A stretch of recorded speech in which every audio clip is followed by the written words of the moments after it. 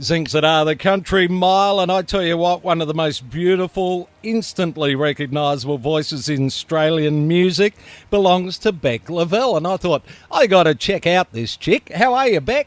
I'm well, Gaz. How are you? Good. Now, a lot of people watched McLeod's Daughters, and you did a lot of the stuff behind that with the music, didn't you? Yeah, I sure did. It was something that I was really lucky to be a part of. It ran for 8 years, which these days in television land is quite a long time. And, I was really lucky to be a part of the show. So it was a young 20-year-old who started out, and then now it's a 30-year-old on her second album. So I've come a long way, I think. I was going to say, that's just giving away your age. Yeah, so yeah, I'm thrilled to be 30. I've got to tell you, I've never been happier. Oh, mate, I saw it a while ago. But I'm very excited. Oh, good. I've forgotten my 30th. It's a while ago. Yeah. Mate, how did you get the gig with McLeod's Daughters? Yeah, well, during uni, I was actually flatmating with Tim Harding, who was in High Five at the time. Yep. And basically the genius behind High Five were also the same crew that worked behind the making of McLeod. So producers, lyricists, composers, they had all worked together for many years on High Five. And basically Tim came home, I thought he was joking, and said, look, I've put your name forward. They're looking for a singer for this new drama. And I was like, yeah, that's great, thanks. Yeah. And look, I got a call and I went in. I've got to be honest, I'd never really been in a studio before. I was only 19, 20 at the time. Got into the studio, did a few demo tracks, and was called a few weeks later and offered the contract. So I was just thrilled. Oh, yeah, why wouldn't you be? That's fantastic. Yeah, I've spoken to Tim before, and he's a really nice guy, and it's great that he helped you out there. Now, also, mate, you've got a link with Savage Garden in a roundabout sort of a way. I do. It's like 2 degrees of separation. But, Daniel Jones. Yeah, he was just really lovely. I had... Sorry. Oh, I've got you all stressed out now, haven't I? I was just through High Five, it was basically just a nice connection because he and the lovely Kathleen de Leon are now married and they've just had their second baby. But I knew Kathleen through Tim and the High Five connection, and Daniel heard some of the McLeod stuff and was really happy with it. And when I came to choosing a studio, I guess, for my first album, I knew that Daniel was involved with Level 7 in Sydney, which is the old 301 studios. And I thought, look, the worst he can say is no.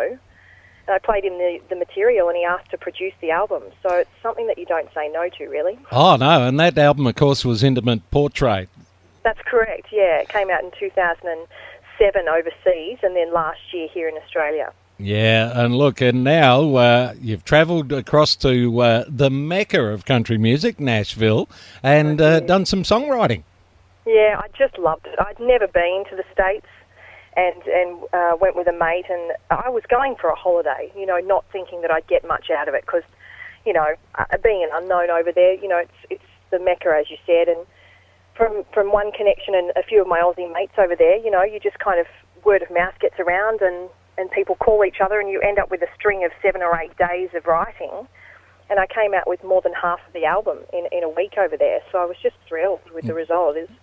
It's certainly a place that, you could, you get lost in it. I absolutely loved it. Yeah, everyone tells me that's been there, and I've got some American muso friends, a keyboard player in particular who does a lot of session work in Nashville, so he tells me all the things, and wow, and that resulted in Love and Bravery, the album.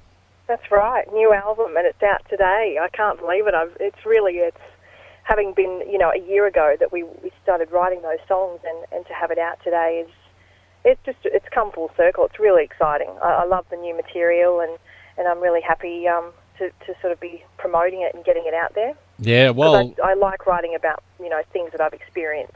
All right, so tell me then, Beck, Breakthrough Away. What's the story behind that?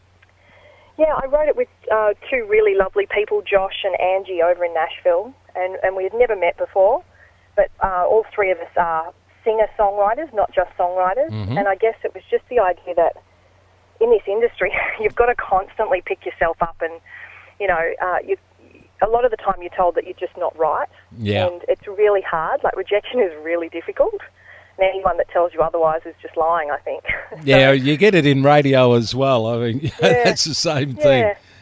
So breakthrough away, I guess, is just, you've just got to keep trying, because there always will be someone that hopefully thinks you are right for whatever it is, in life, in your career, in family and relationships and things like that. So, I guess the idea behind it is just to really just stick at it. Good on you. Yeah, it can always just be one day away, so... Yeah, well, that's it. And you've done it with Breakthrough Away. It's a great song. And we're about to play it here. Beck Lavelle, great to talk to you. Thanks so much for having me, Gaz.